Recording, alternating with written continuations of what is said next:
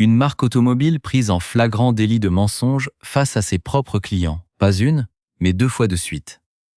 Une autre dont les volumes de vente se sont effondrés de 80% en 2 décennies à peine. Et au sommet de cette liste, un géant mondial qui écoule encore près d'1 million de véhicules par an alors qu'il se vide de son sang de l'intérieur. Xpeng. Ce que vous avez sous les yeux, ce ne sont pas de simples turbulences passagères, ce sont les 6 marques automobiles qui s'effondrent sous nos yeux en 2026. Si vous vous apprêtez à signer un bon de commande chez un concessionnaire, à contracter un crédit sur 5 ans ou à engager vos économies, vous devez impérativement écouter ce qui va suivre. C'est ce qui se joue ici. Ce n'est pas un forfait d'entretien d'extension de garantie optionnelle, pas un abonnement mensuel pour des sièges chauffants, activables à distance, pas un kit de nettoyage surfacturé au rayon accessoire de votre centre auto local. Ce dont nous parlons, c'est d'une véritable mise à nu du système. D'un mécanisme financier implacable, où les constructeurs coupent les coûts de production à la racine pour sauver leurs marges, tout en vous laissant assumer la décote. Prenez exactement le même composant technique, une boîte de vitesse ou un module de gestion de batterie. Installez-le dans un modèle vendu sur le marché français ou européen soumis aux exigences strictes du contrôle technique et des normes d'homologation. Et comparez-le à la logique industrielle des flux d'importation globaux. Le résultat est sans appel. Un véhicule acheté 45 000 € aujourd'hui peut perdre jusqu'à 60% de sa valeur résiduelle en moins de 3 ans, simplement parce que le réseau qui doit assurer son entretien est en train de s'évaporer. Pour comprendre pourquoi les rouages industriels se grippent à ce point et pourquoi votre argent est directement menacé, il faut remonter à l'année 2000. C'est là que les premiers secrets de Polichinelle ont commencé à fuiter des bureaux d'ingénierie, bien avant que les directions financières ne décident de sacrifier définitivement la fiabilité sur l'autel de la survie boursière numéro 6, Genesis. Commençons par la marque qui disposait de tous les ingrédients théoriques pour réussir, et qui, pourtant, n'arrive pas à transformer l'essai sur le sol européen. Genesis, c'est la division premium de Hyundai. Une entité entière créée pour bousculer le triumvirat allemand en promettant une qualité de finition équivalente à celle de Stuttgart ou de Munich, mais pour une fraction de leur prix. Sur le papier, le produit est irréprochable. Des lignes acérées, des habitacles cossus saturés d'écrans haute définition, une isolation phonique de premier ordre, le tout affiché à des tarifs inférieurs de 10 000 à 15 000 € par rapport à une routière germanique équivalente. Mais l'industrie automobile obéit à une règle psychologique que les ingénieurs coréens ont sous-estimée. Sur le marché du haut de gamme, on n'achète pas un rapport qualité-prix, on achète un statut social. Lorsque vous stationnez votre voiture devant un restaurant ou sur le parking de votre entreprise en France, le regard des autres ne s'arrête pas sur le cuir surpiqué du tableau de bord. Les gens plissent les yeux devant le logo, hésitent, et finissent par demander si ce n'est pas juste une Hyundai un peu plus chère. Cette simple interrogation est un poison mortel pour une image de marque. Les chiffres d'immatriculation mettent la fracture en pleine lumière. Alors que les marques premium traditionnelles s'échangent à des centaines de milliers d'exemplaires chaque année en Europe, Genesis reste une anomalie statistique, invisible dans les flux de circulation. Pour ne rien arranger, les défaillances techniques sont venues porter le coup de grâce à la confiance des acheteurs. Dès 2022, plusieurs campagnes de rappel majeures ont été lancées en urgence pour des pannes critiques de pompes à carburant haute pression, provoquant des coupures de moteur net en pleine circulation, sans le moindre signe précurseur. Plus récemment, leurs modèles électriques phares, les GV60 et G80 électrifiés, ont été touchés par des pertes de puissance subites dues à des défaillances du système de gestion de charge de la batterie. Sur l'autoroute, à 130 km/h, votre moteur s'éteint. Ce ne sont pas des désagréments mineurs ou des bugs électroniques configurables via une mise à jour à distance. Ce sont des avaries lourdes qui détruisent la réputation d'un constructeur de manière irréversible. Les tensions économiques mondiales et les taxes douanières ont achevé de bloquer la machine. Genesis dépendant massivement de l'importation de ses pièces et de ses plateformes de production, les coûts logistiques ont explosé. Pour maintenir une rentabilité minimale, la marque a dû revoir ses tarifs à la hausse, brisant sa seule et unique promesse initiale. Regardez la gamme actuelle en Europe. La berline électrique G80 a été retirée du catalogue en toute discrétion. Et les bruits de couloir de l'industrie indiquent que le reste de la gamme thermique subira le même sort. La marque ne se développe pas, elle se rétracte. Si vous signez pour l'un de ces modèles aujourd'hui, vous achetez un véhicule dont le réseau d'entretien de proximité risque de devenir fantomatique d'ici 2 ans. Et votre valeur de revente sur le marché de l'occasion sera la toute première victime de ce naufrage silencieux. Numéro 5. Mitsubishi. Ici, la trajectoire est d'autant plus douloureuse qu'elle touche un nom historique de l'automobile. Une firme qui a fait rêver des générations de passionnés avec des modèles de rallye mythiques et des technologies de transmission intégrale autrefois révolutionnaires. En 2002, Mitsubishi était un acteur incontournable du marché mondial. 20 ans plus tard, les volumes de vente ont subi un effondrement vertical. En Europe et particulièrement sur le marché français, la marque a vu ses parts de marché fondre comme neige au soleil, une chute de plus de 75% de sa diffusion en volume. Pour survivre au sein de l'alliance avec Renault et Nissan, le constructeur en est réduit à commercialiser des modèles français rebadgés, de simples clones esthétiques vendus dans un réseau de concessionnaires de plus en plus restreint. L'âme technique de la marque a été intégralement vidée de sa substance. Entrez dans une concession Mitsubishi aujourd'hui, vous y trouverez une gamme squelettique de SUV compacts, sans aucune identité propre, dénuée de toute passion technique. Mais le véritable verre était dans le fruit bien avant l'harmonisation forcée des plateformes. En 2000, le constructeur a été pris en flagrant délit de dissimulation systématique de défauts mécaniques majeurs face aux autorités de régulation. Des problèmes de frein et d'embrayage défectueux cachés pendant des décennies pour éviter le coût astronomique de rappel officiel. En 2016, le second scandale éclate, impliquant la falsification délibérée des données de consommation de carburant et d'émissions polluantes sur plus de 600 000 véhicules. Des perquisitions policières au siège, des démissions en cascade au comité de direction, des actions en justice croisées. La valeur boursière de l'entreprise a été divisée par 2 en quelques semaines, forçant ses partenaires à intervenir pour éviter une faillite pure et simple. Sur le terrain, les retours des ateliers sont alarmants. Les propriétaires de modèles récents équipés de transmissions automatiques à variation continue, les fameuses boîtes CVT, signalent des échauffements prématurés, des glissements de courroies dès 60 000 km et des défaillances électroniques en cascade sur le multiplexage. L'expérience utilisateur au quotidien ne justifie plus du tout l'investissement financier demandé. La nostalgie d'un badge à 3 diamants ne réparera jamais une boîte de vitesse cassée hors garantie. Et elle ne protégera pas non plus votre capital au moment de la reprise numéro 4. Chrysler. Nous touchons là un pilier historique de l'industrie. Le constructeur qui a littéralement inventé le concept de monospace familial et démocratisé les grands monovolumes qui ont transporté des millions de familles.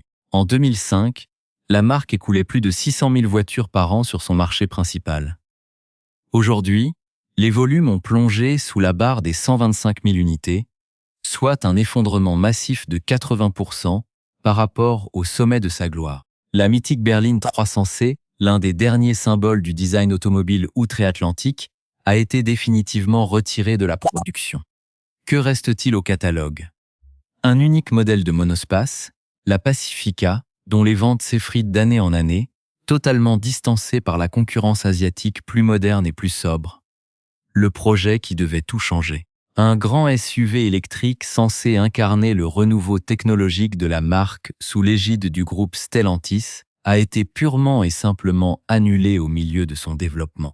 Les coûts d'industrialisation étaient trop élevés pour une plateforme déjà jugée obsolète avant même d'avoir touché le sol d'un showroom. C'est à ce moment précis qu'il faut prêter une oreille attentive aux déclarations de la direction générale du groupe Stellantis, qui a publiquement averti que les marques non rentables du portefeuille n'auraient aucun sursis d'ici la fin de l'année 2026. Chrysler figure en pole position sur la liste des condamnés. Lorsqu'une marque s'éteint, ce ne sont pas les membres du conseil d'administration qui en subissent les conséquences concrètes au quotidien. Ce sont les automobilistes. Les valeurs de reprise s'effondrent instantanément. Les ateliers indépendants refusent de prendre en charge des véhicules dont les outils de diagnostic ne sont plus mis à jour. Et l'approvisionnement en pièces détachées spécifiques devient un parcours du combattant logistique. Acheter un véhicule issu d'un catalogue en sursis, c'est prendre le risque conscient de se retrouver avec un actif invendable entre les mains, abandonné par son propre créateur, numéro 3, Infiniti. Voilà l'exemple parfait d'une marque qui possédait tous les atouts techniques nécessaires pour s'imposer et qui a choisi de les abandonner un à un, méthodiquement. Infiniti, la division de luxe de Nissan, s'était installée sur le marché européen avec une proposition claire. Proposer des berlines et des SUV au comportement dynamique affûté, portés par des moteurs atmosphériques nobles et des châssis rigoureux. La marque avait une identité visuelle forte, une signature mécanique reconnaissable et une communauté de clients fidèles qui refusaient le conformisme des catalogues allemands. En 2017, la dynamique était encore positive avec des volumes solides à l'échelle mondiale. En l'espace de quelques années, les ventes se sont effondrées, enregistrant des baisses annuelles consécutives de plus de 10% à chaque exercice. Le constructeur a commis l'erreur stratégique de diluer son identité en abandonnant ce qui faisait sa force pour se ruer sur le marché saturé des crossovers insipides, équipés de motorisations sous-dimensionnées et de transmissions CVT sans aucune saveur. La sanction du marché a été immédiate. En Europe, la marque a tout simplement plié bagage, fermant l'intégralité de ses concessions exclusives pour rapatrier le service après-vente dégradé au sein de structures Nissan classiques. Les modèles ont disparu les uns après les autres de la feuille de route de production. Les pannes récurrentes sur les boîtes automatiques, les ruptures de faisceaux électriques sur les blocs de climatisation et les alertes constantes sur les systèmes de dépollution ont achevé de ruiner la réputation de robustesse de la marque. Aujourd'hui, posséder une Infiniti, c'est détenir une voiture d'une marque fantôme sur notre continent. Les propriétaires regardent la valeur de leurs biens fondre de mois en mois, pendant que les techniciens formés aux spécificités de ces modèles quittent le réseau les uns après les autres. Placer son argent dans un véhicule dont la marque a déjà capitulé sur votre propre territoire géographique est un pari financier hautement risqué, que la majorité des budgets familiaux ne peuvent tout simplement pas se permettre d'assumer. Numéro 2. Jaguar. Si Infiniti a perdu son identité de manière progressive, Jaguar a choisi de détruire la sienne en une seule campagne de communication, balayant d'un revers de main 90 ans d'histoire et d'élégance automobile britannique. Prononcer le nom de Jaguar à n'importe quel amateur de belle mécanique, l'esprit évoque instantanément le félin bondissant, les intérieurs tendus de cuir Connolly, les essences de bois précieux et le miaulement mécanique de moteurs d'exception sur les petites routes de campagne. En 2024, la direction a pris la décision radicale de stopper simultanément la production de la quasi-totalité de ces modèles historiques, des berlines XE et XF jusqu'au coupé F-Type, ne laissant au catalogue qu'un unique SUV en fin de carrière, pour assurer une transition théorique vers le tout électrique. La stratégie affichée consistait à repositionner la marque vers un univers ultra-luxe en repartant d'une feuille blanche. L'exécution s'est transformée en un désastre industriel et marketing sans précédent. Le logo historique du félin, reconnu instantanément à travers la planète, a été remplacé par une charte graphique générique, vidée de toute substance et de toute évocation automobile. La campagne de lancement associée ne montrait aucune voiture, aucun héritage, aucune référence à la performance mécanique, mais des visuels abstraits en totale rupture avec l'ADN des acheteurs traditionnels de la marque. La réaction du marché mondial a été d'une brutalité totale, provoquant le départ précipité du directeur général. À l'heure actuelle, les concessions Jaguar se retrouvent face à un vide sidéral, des showrooms déserts, aucun nouveau modèle électrique disponible avant de longs mois, et des structures commerciales qui ferment leurs portes par manque d'activité. Les classements internationaux de fiabilité placent régulièrement la marque aux dernières places du marché en raison de pannes chroniques de l'électronique de bord, de fuites thermiques sur les circuits de refroidissement des batteries et de suspensions pneumatiques défaillantes dès les premiers hivers. La survie financière de l'entité dépend exclusivement des bénéfices générés par la branche Land Rover. Acheter une Jaguar aujourd'hui, qu'elle soit neuve ou d'occasion récente, revient à s'engager au milieu d'une crise d'identité profonde, où le constructeur lui-même semble avoir oublié ce qui faisait sa valeur. Numéro 1. Nissan. Nous arrivons au sommet de cette liste avec le cas le plus alarmant de tous, car il ne s'agit pas ici d'une marque de niche ou d'un label premium confidentiel en quête de repères. Nous parlons d'un titan de l'industrie mondiale, une entreprise nonagénaire qui a produit des icônes du tout-terrain. Des coupés sportifs légendaires et des citadines vendus à des dizaines de millions d'exemplaires sur tous les continents. Si l'on regarde uniquement les volumes bruts d'immatriculation en Europe ou en France, l'illusion d'une activité normale persiste. Les SUV de la marque continuent de figurer en bonne place dans les classements de ventes mensuelles. Mais dès que l'on plonge dans les bilans financiers réels de l'entreprise, la réalité est vertigineuse. Le constructeur traverse une crise de liquidité majeure, affichant des pertes opérationnelles globales de plusieurs milliards d'euros sur une seule année. Ses bénéfices d'exploitation ne se sont pas contentés de fléchir, ils se sont effondrés de 90% d'un exercice à l'autre. En moins de 10 ans, les volumes mondiaux de production du constructeur ont été amputés de près de la moitié de leur valeur historique. La réaction de l'état-major a été d'une violence proportionnelle à la crise. Suppression de près de 20 000 postes à l'échelle internationale, fermeture définitive de plusieurs sites d'assemblage majeurs et réduction de production drasticité de production de l'ensemble des usines restantes. Ce ne sont pas les arbitrages d'une direction qui gère une mauvaise passe conjoncturelle, ce sont les mesures d'urgence d'une entreprise qui lutte pour éviter le dépôt de bilan. L'avenir à moyen terme s'annonce d'autant plus complexe que le constructeur a gelé le développement de plusieurs projets de véhicules électriques de nouvelle génération, se retrouvant en retard face aux exigences réglementaires environnementales européennes strictes. Cette trajectoire critique prend sa source en 2018, lors de l'arrestation ultra-médiatisée de son ancien dirigeant emblématique Carlos Ghosn pour des accusations de malversation financière. Le scandale a fait voler en éclats les liens de confiance au sein de l'alliance avec Renault, ouvrant une période de conflit interne destructeur.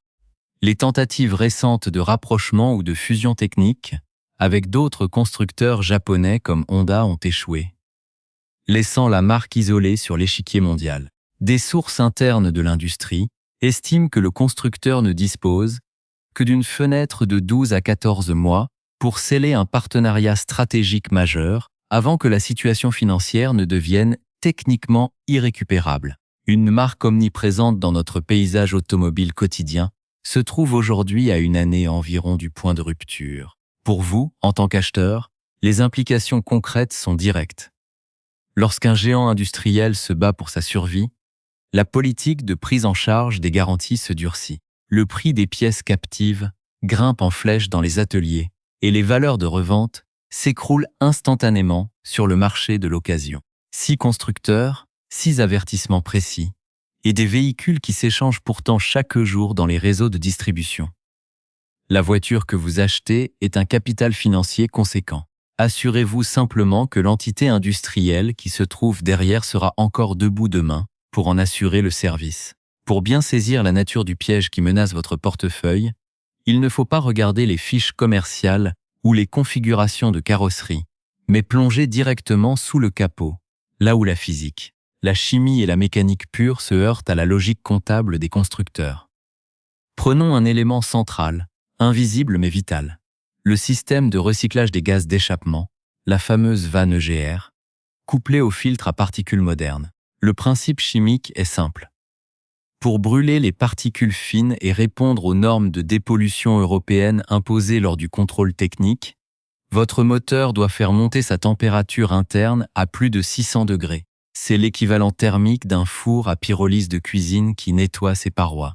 Mais pour économiser sur les coûts de fabrication, les constructeurs que nous venons de citer n'utilisent plus des alliages de métaux nobles ou des capteurs de contre-pression haute précision. Ils ont remplacé ces pièces par des composants composites et des capteurs low cost. Lorsque vous effectuez des trajets urbains ou des parcours de moins de 20 minutes, le moteur n'atteint jamais sa température de consigne. Les gaz d'échappement refroidissent trop vite. La suie humide se mélange aux vapeurs d'huile et crée une pâte noire. épaisse comme du goudron routier, qui vient colmater les conduits d'admission et bloquer les clapets mécaniques. La solution industrielle standardisée, celle qu'on vous vend en concession, consiste à changer l'intégralité du bloc d'admission pour un coût supérieur à 1 500 €. Pourtant, la mécanique des fluides nous enseigne qu'un traitement préventif par injection de solvants hydrocarburés spécifiques permet de dissoudre cette calamine molécule par molécule sans démontage, en rétablissant le diamètre d'origine des conduits de flux d'air. C'est une procédure étape par étape qui agit directement au cœur de la chambre de combustion. Le produit tensioactif s'accroche aux dépôts carbonés, fragilise leur structure cristalline sous l'effet de la pression du cylindre et les évacue sous forme de microparticules gazeuses par l'échappement. Les ingénieurs le savent parfaitement depuis les années 1990, époque où les premiers injecteurs à haute pression ont fait leur apparition. Mais l'industrie préfère la politique du remplacement complet. Plus lucrative pour les réseaux de distribution en perte de vitesse, l'Union européenne et la France mesurent et régulent ces cycles de manière extrêmement stricte, via les protocoles d'homologation WLTP, qui intègrent des démarrages à froid et des phases d'accélération bien plus sévères que sur d'autres marchés mondiaux. En clair, un système de dépollution sous-dimensionné ou conçu à l'économie pourra tenir 150 000 km aux États-Unis sur de longs trajets autoroutiers rectilignes. Mais il se colmatera en moins de 40 000 km dans le trafic parisien ou lyonnais. Les statistiques d'échec au contrôle technique français pour opacité des fumées ont augmenté de près de 18% sur les modèles de moteurs à injection directe de dernière génération. Les constructeurs réduisent la tolérance électronique des calculateurs pour éviter les amendes de conformité européennes, ce qui signifie que le moindre encrassement mineur déclenche immédiatement un mode dégradé, limitant votre vitesse à 80 km/h sur l'autoroute.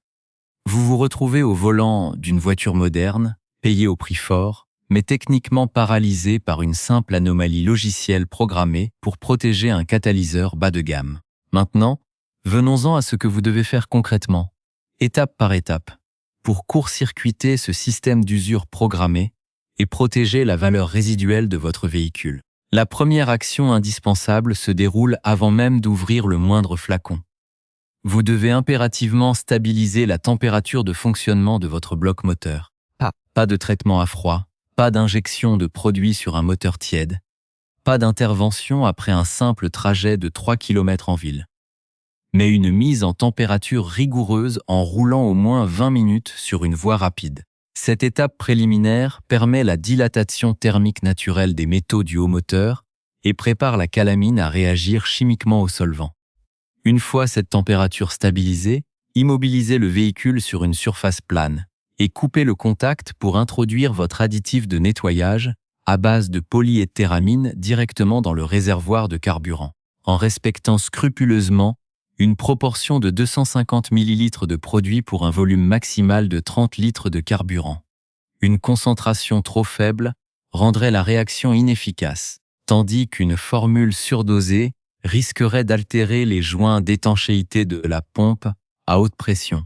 La troisième étape demande de reprendre la route immédiatement pour un cycle de roulage continu d'au moins 45 minutes. Vous ne devez pas conduire à l'économie, vous ne devez pas passer vos rapports à 1500 tours par minute, vous ne devez pas laisser le système de transmission automatique forcer le sous-régime. Maintenez volontairement un rapport inférieur pour caler votre régime moteur entre 3000 et 3200 tours par minute de manière constante. C'est cette pression de suralimentation continue, combinée à l'action du solvant dans les injecteurs, qui va détacher les sédiments carbonés par effet de cisaillement pneumatique dans les conduits d'admission. Ensuite, une fois ce cycle thermique achevé, effectuez une vidange complète de votre tuile moteur dans les 500 km qui suivent. Pourquoi cette urgence? Parce qu'une fraction du solvant et des résidus de suie migrent inévitablement le long des segments des pistons pour finir sa course dans le quartet d'huile, dégradant le pouvoir lubrifiant de votre huile d'origine. Remplacez cette huile contaminée par un lubrifiant fluide de synthèse, répondant strictement aux normes de viscosité européennes, est la seule garantie pour préserver vos paliers de turbo. Enfin, terminer la procédure en remplaçant systématiquement le filtre à carburant, qui a capturé les impuretés les plus lourdes décollées du fond du réservoir au début de l'opération. Analysons maintenant l'aspect financier de cette méthode de préservation par rapport aux habitudes des réseaux officiels. Vos coûts réels pour cette opération de maintenance préventive s'élèvent à exactement 45 € pour le flacon de solvant technique et 20 € pour le filtre de remplacement. Le garage concessionnaire, lui, vous facturera l'équivalent de 450 à 600 € pour une intervention similaire, incluant un passage à la valise de diagnostic et un nettoyage à l'hydrogène souvent inefficace en profondeur. Une opération qu'il vous incitera à répéter tous les 20 000 km. Sur une durée de détention de 100 000 km, l'application rigoureuse de cette méthode personnelle représente une économie nette de plus de 2 200 € sur votre budget d'entretien.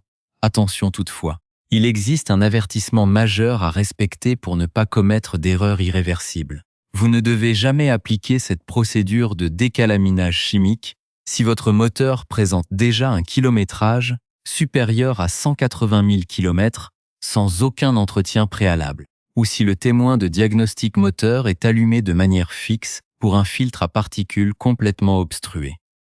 Dans ces conditions extrêmes, décoller une masse trop importante de résidus solides d'un seul coup provoquerait instantanément le blocage physique de la turbine du turbocompresseur ou l'obstruction définitive des alvéoles en céramique de votre catalyseur. Ce protocole est conçu pour maintenir propre un système sain, pour empêcher le goudron mécanique de se cristalliser et pour protéger ce qui a de la valeur, avant que la défaillance physique des composants ne vous contraigne à payer le prix fort imposé par l'industrie. Pour mesurer la réalité de ce bras de fer financier, regardez les chiffres là où le système ne peut rien cacher.